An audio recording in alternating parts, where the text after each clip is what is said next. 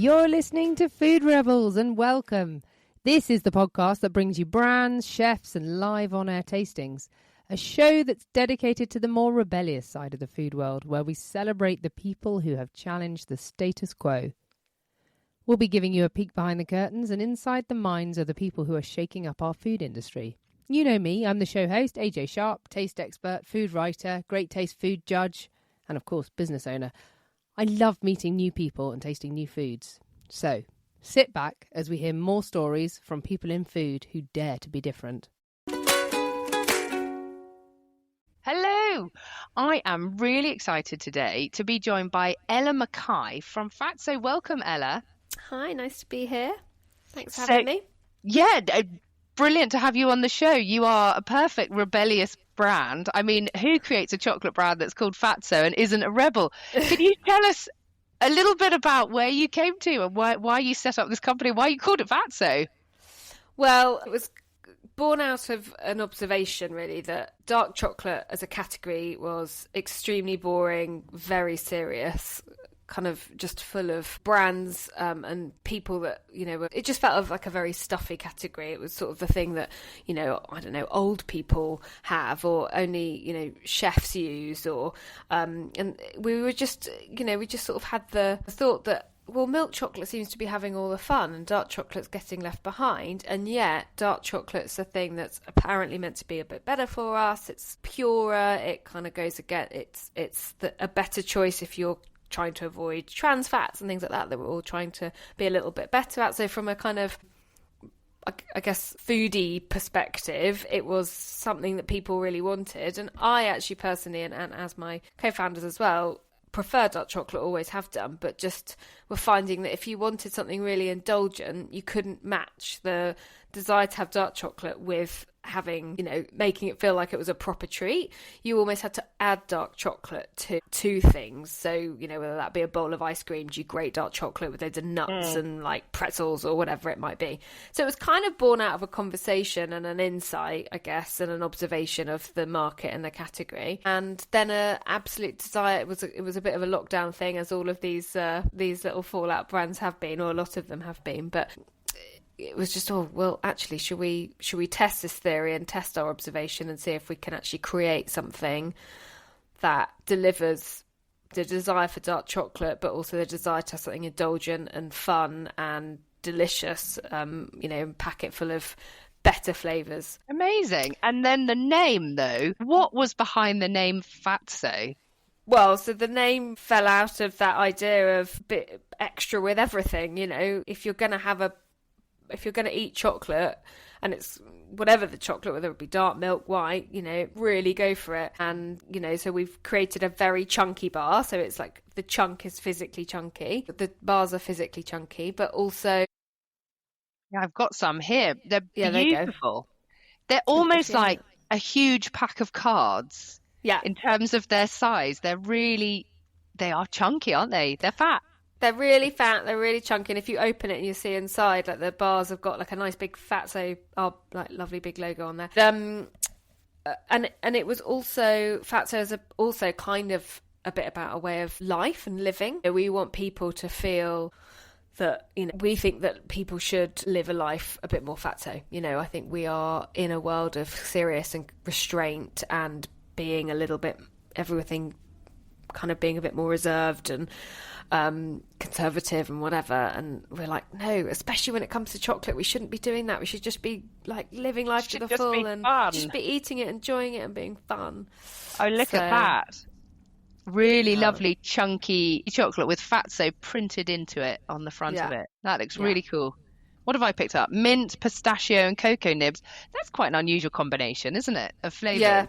Yeah, so that's the idea as well, is that it's meant to be like bold, fun, characterful, bit, you know, delicious, but a bit, you know, well, rebellious, to use your word. Rebellious, exactly. Yeah. Well, that's what we're all about on this show, is the rebellious nature of the food world and people wanting to do things differently. I mean, dark chocolate, you're right, historically, I mean, when I think about growing up, I think of the only dark chocolate that anyone ever knew was probably Bourneville. So you could have dairy milk or you could have Bourneville. Or I used to occasionally sneak into the kitchen when I was young and steal some of my mother's cooking chocolate out of the cupboard. And that was a sort of like the only chocolate in the house you could probably pinch without anyone noticing. Yeah, yeah, yeah. And it was very bitter and it was kind of gross, but it was kind of fun because I was going to say it's quite a progressed palate for a little child, you know. I was incredibly fussy actually, but chocolate, I really could go either way on that one. Yeah.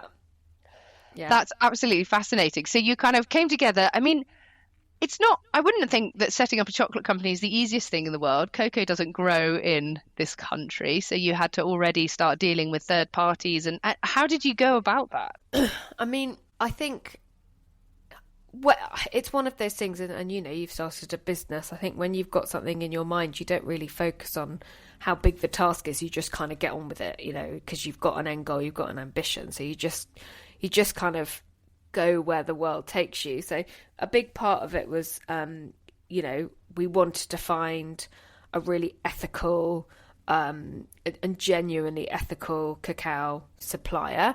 That was really important to us. It was we sort of started our research around the time of the Rotten Netflix series. I don't know if you saw any of those. There was a documentary series about world food basically, and shining a light on some of the like challenges and corruption and issues with supply chains and stuff. And there was a chocolate, particularly chocolate, because chocolate has historically had a bit of a dodgy past, hasn't it? Well, and not just that, it's still extremely prevalent. You know, there's still a lot of child slave labour. There's, you know, the people making the money are still the middlemen. The farmers are still left behind. It's a whole, and we would need an entire afternoon so don't get me really started. But dive into that. So how did you go about that though? How did you go about making sure that the people you were working with were doing things right? So we, through a lot of research, kind of identifying that we didn't want to source our chocolate from Africa because that's where the problems sort of stem. Identifying that cacao was originated in the Amazon, so surely finding a supplier that is in the South Americas was probably going to give us a better chance of finding that because it's more ornate and, you know, it originates there and there's not as much demand and complication in the supply chain. So we just came across this amazing family-run cooperative of farmers called Luca. They've been around for like over 100 years, probably more like 150 years actually now. And they've just cultivated beautiful crop. They know the cacao, they understand what it is to take cacao and make it into beautiful chocolate more than anybody, and they're small enough to control what's going on. They're fundamentally built on philanthropy. They're still a family-run business. It's still people, you know, 4th, 5th generation of Luca family sitting in the business. Every family member that wants to work in the business has to start at the very bottom, you know, and work their way. So it's just amazing. It was like a warm hug when I found them, and it really was by chance. It was just researching, talking to people, found them. They then hooked me up with a family-run factory back in the UK, and so we teamed up with this chocolate chef, and off we went. You know, it was more complicated than that, but as a whistle stop, we found the cacao supply in Colombia, and then it went from there. And it went from there. Just research. Amazing, and that's the thing, isn't it? It's putting the time in, because it's probably quite easy to just take the lowest supplier, the lowest value or whatever, but actually putting in the time and caring about the people at the other end is absolutely And to your amazing. point, going to the source rather than just going to a wholesaler that will sell you bags of chocolate that's already done. Do you know what I mean? It's going right to going to the farmers, you know? That's what we wanted to do. So you had the cocoa then, so nibs, I assume, that you were bringing over. Nibs into chocolate, yeah, and then you were coming up with these incredible flavours. I mean, this one is called, it's in a beautiful pink wrapper. Again, they're all these huge, like lovely chunky boxes that feel like a large pack of cards. Sweet tart is cherry, almond and shortbread flavour. Our sort of honour to the cherry bakewell, you know. To the cherry bakewell. And then this beautiful one here, which is called Morning Glory, with a cockerel on the front of it, which is cornflake, toast and marmalade, all in one. That's amazing. Yeah. Well, breakfast is the most important meal of the day. So if you're going to have chocolate for breakfast, at least have you know, nutritionals, one of your 5 a day. I often have chocolate for breakfast. It is actually a favourite moment to eat chocolate. And I know everyone goes, oh, it's too early in the morning. I don't agree at all. I think it's the best time of day. 100%.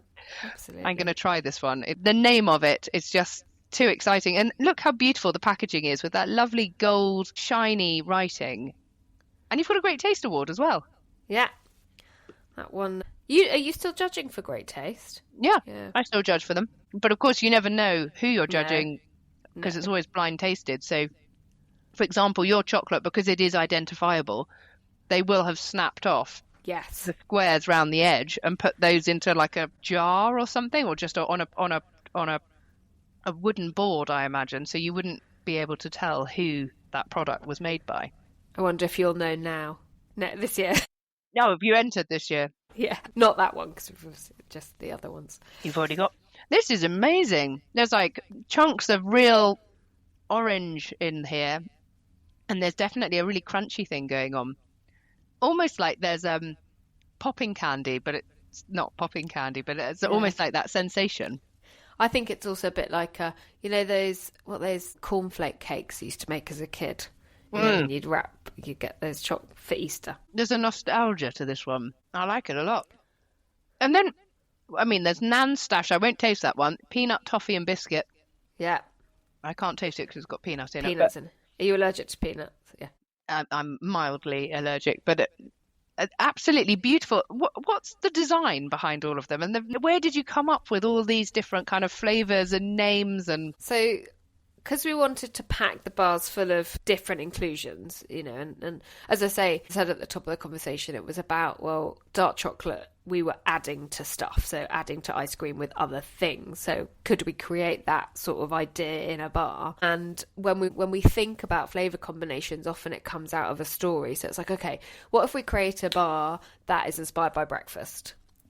What would you have for breakfast? What kind of goes in chocolate? Like orange is obviously something that's delicious. So that's, the toast is obviously a bit random, but it sounds great. So, why don't we see if we can make that work? And obviously a bowl of cornflakes, or like, what if we create a bar, like our ode to the, American sports games that, like a baseball game. Home run. So salted pretzel, hot almonds and honeycomb. Pretzel obviously is something really key to, in the US, and you're watching Game of Sports. I'm just tasting this one right now. It's so good. Yeah, it's that's like my favourite. Creamy and rich, and it's sweet, but the kind of 60% dark chocolate keeps it bitter. Yeah. But the inclusions of the sweetened, toasty, nutty flavours is gorgeous. And there's some salt in there, and it's very good. That you can eat a whole bar very easily in one sitting, to be honest. Yeah, I'm going back for seconds on this one. Have been known, yeah. So yeah, really the flavours are, they kind of fall out of in sort of little anecdotal stories, I guess, flavour stories, and then you sort of build the flavour around it. And then obviously the designs, the illustrations, the whole kind of pack personality, like the whole personality of the bar comes to life. That's the whole point about Fatso, right? It's like, yes, fundamentally it's about a delicious bar of chocolate, but really it's about celebrating a really like enjoyable, full of life moment and having something in the story. So you're using those kind of flavour profiles to recreate that moment, because they always say memories and flavour centre, like your olfactory, is all really close together, isn't it? So a taste or a smell can really take you into a place or a person or see something. Exactly. Yeah. I love this. So what's the, home run? You said American sports. Is there a link for you to American sport, or is that just a moment that you wanted to recreate? I mean, I didn't live in the US, but I lived in Canada for quite a few years. And baseball was a big part of the summer, activity that we would do. From the minute you pick it up, it's like, we've done things really differently. We're not emulating anyone else. Everyone else with their kind of foil or paper wrap. This is really different to that. Not just, it's the name, it's the flavours. Look, we're a bunch of creatives, right? We're creatives. Yeah. We wanted to enter into a category and basically wanted to create something delicious fundamentally, but we also knew that if we were coming into a category as busy as chocolate is, regardless whether we're dark milk, whatever, it's very busy and very hard to cut through. We knew we had to cut through. And if we were going to come in and do something that was different, like, why wouldn't you show up differently as well? You can't just say you're different or wait for someone to discover you're different through taste. You need to show yourself up on shelf.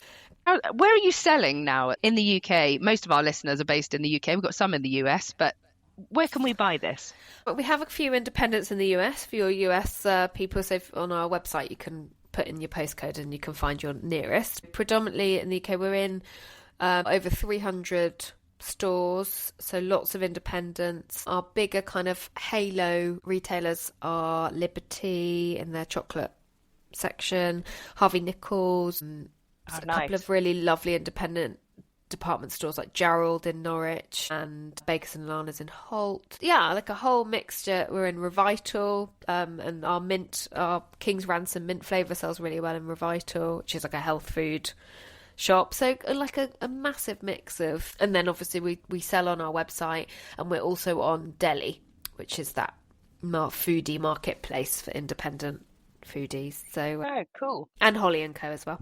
And how much is it for one of these bars? Because they are chunky. You're getting a lot of chocolate here. Yeah, so they're $6.95 and it's 150 grams. So yeah, I mean, I know that people don't shop by grammage, unfortunately, but you know, people are like, oh, that's really expensive. I'm like, yeah, but actually we're the same price as a lot of other kind of accessible premium brands. If you look at the cost per 100 gram, as you say, you're getting a lot of chocolate for your money. You don't eat absolutely loads of it in quite the same way that you do when... Well, you could eat loads of it, but because it's richer and there's more complex flavours going on there, you can enjoy it and savour it in a way that I don't know that you always do if you're eating. Totally. I'm just going to call it one of the more plasticky kind of a chocolate. Exactly, yeah. And I think that's the other thing. Like if you look at our ingredients, you know, the amount of chocolate that actually goes in it. So you'll see like 85% or 89%. 88% Colombian dark chocolate. Yeah. That's amazing. That is like, it's just chocolate and then the inclusions. That's the thing. It's not, we don't add preservatives, extra sugar, extra this, that and the other. Like it is just chocolate with cornflake, toast and marmalade and whatever goes into making those products. Those elements. We've just reformulated slightly our cornflake that Morning Glory, and like we've chosen a cornflake that is literally just maize. There's nothing. It's like a completely clean product. So, you know, so that we just kind of want to be really good, really bloody good. Yeah. Why is that? Why have you gone for cleaner ingredients? I'm fascinated. You know, I'm like quasi obsessed with the UPF movement, but yeah, why have you gone for cleaner ingredients? I think it's the right thing. I mean, like, you know, so we've got this delicious, wonderful brand and product. But one of the things for me is, like, personally, when I have something delicious and quality, I want to know that also I don't have to worry about what am I putting in my body. You know, I want to know that, like, I like to think it's more delicious if I know that there's no compromise against what I'm eating. Like, there's nothing I find more annoying than finding something delicious when I know there's a compromise to my health, to my whatever, you know, to a human being, especially to the planet, whatever. And I just think that if we all made a little bit more effort, maybe spend a little bit more money, but for the greater good, if you like, you know, and so, yeah, that's really important. And you could almost tell it, can't you? Because, I mean, you know when you're eating something UPF and you just keep sort of mechanically eating it past the point that you're actually have been sated. You know when you're eating something real and you're actually enjoying it for the realness that it's bringing you, which is really important.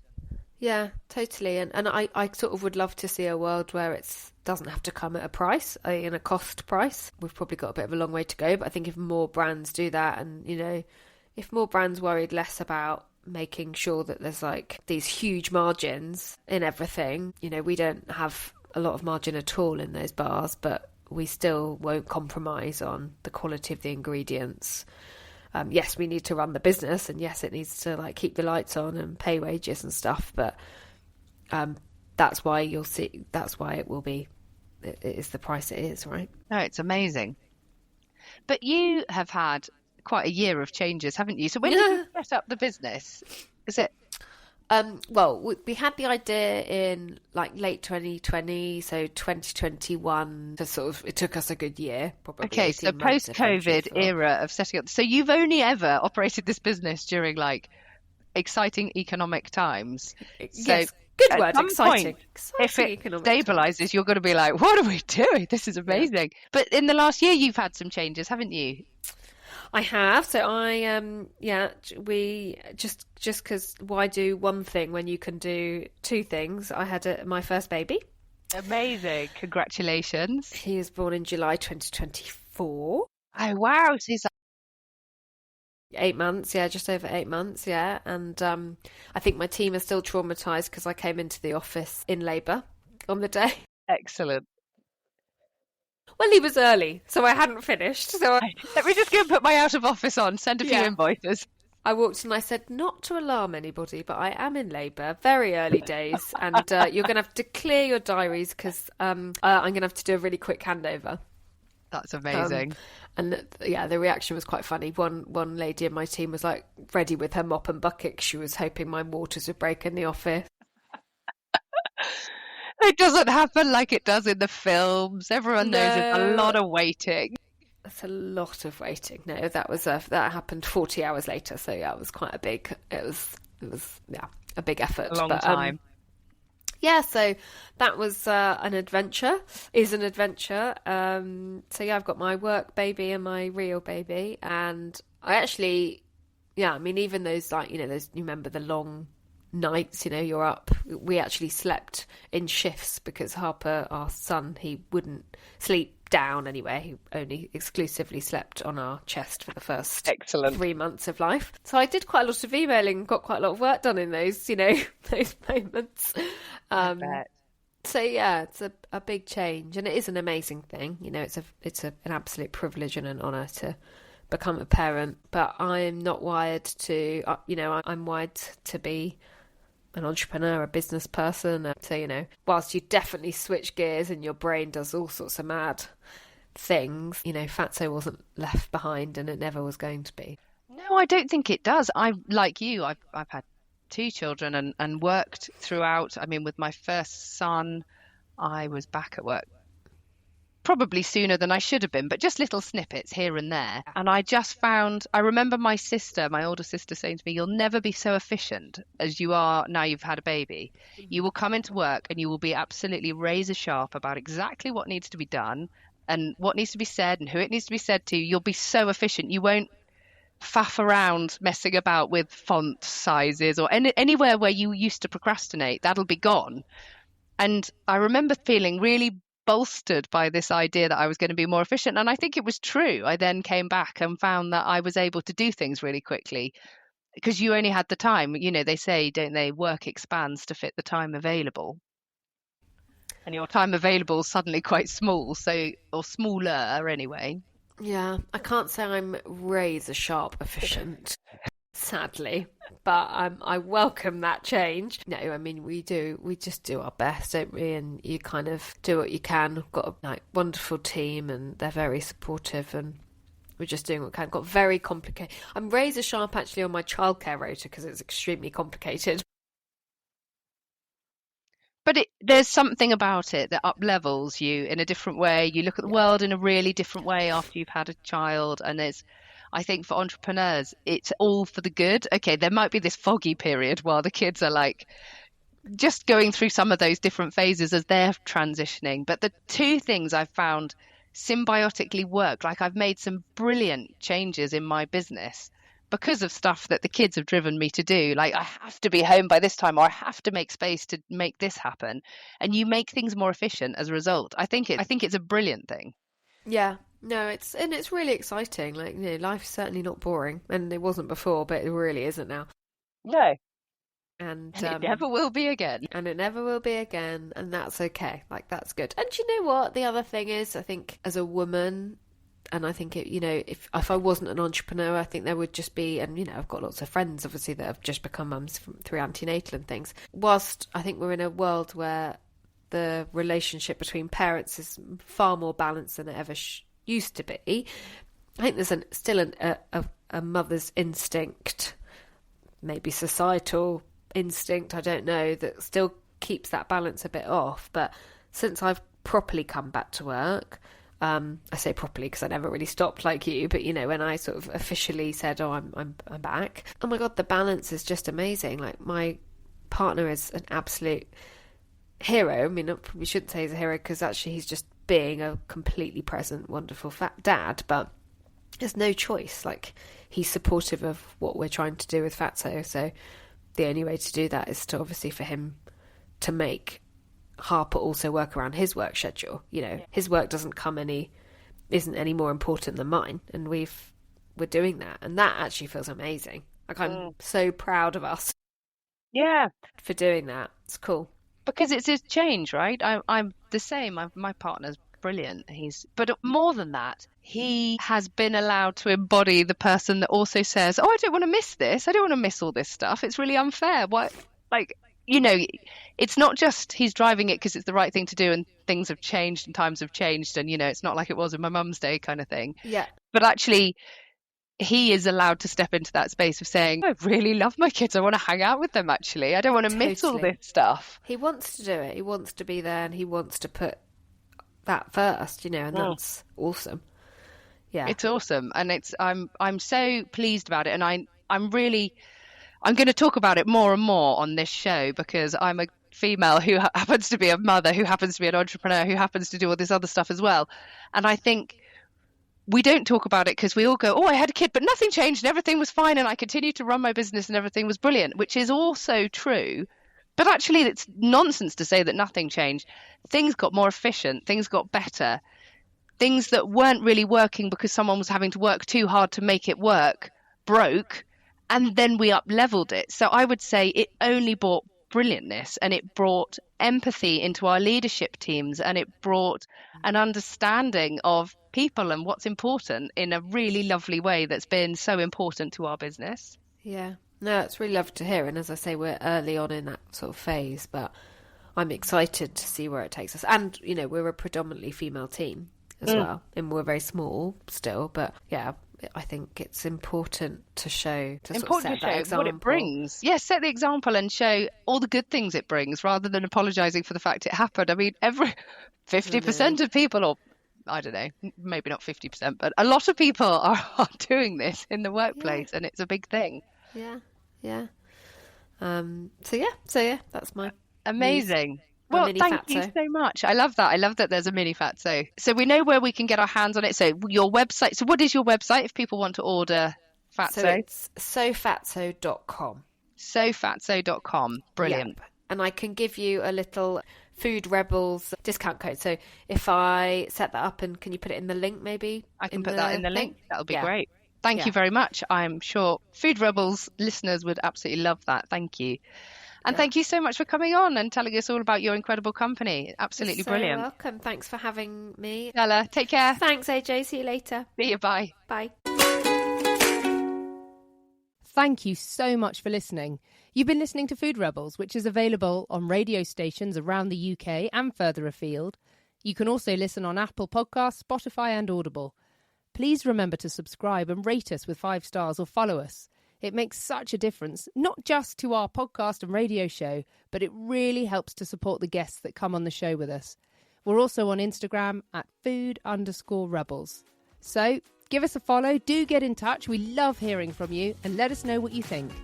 Thanks so much for joining us, and make sure you taste the rebellion.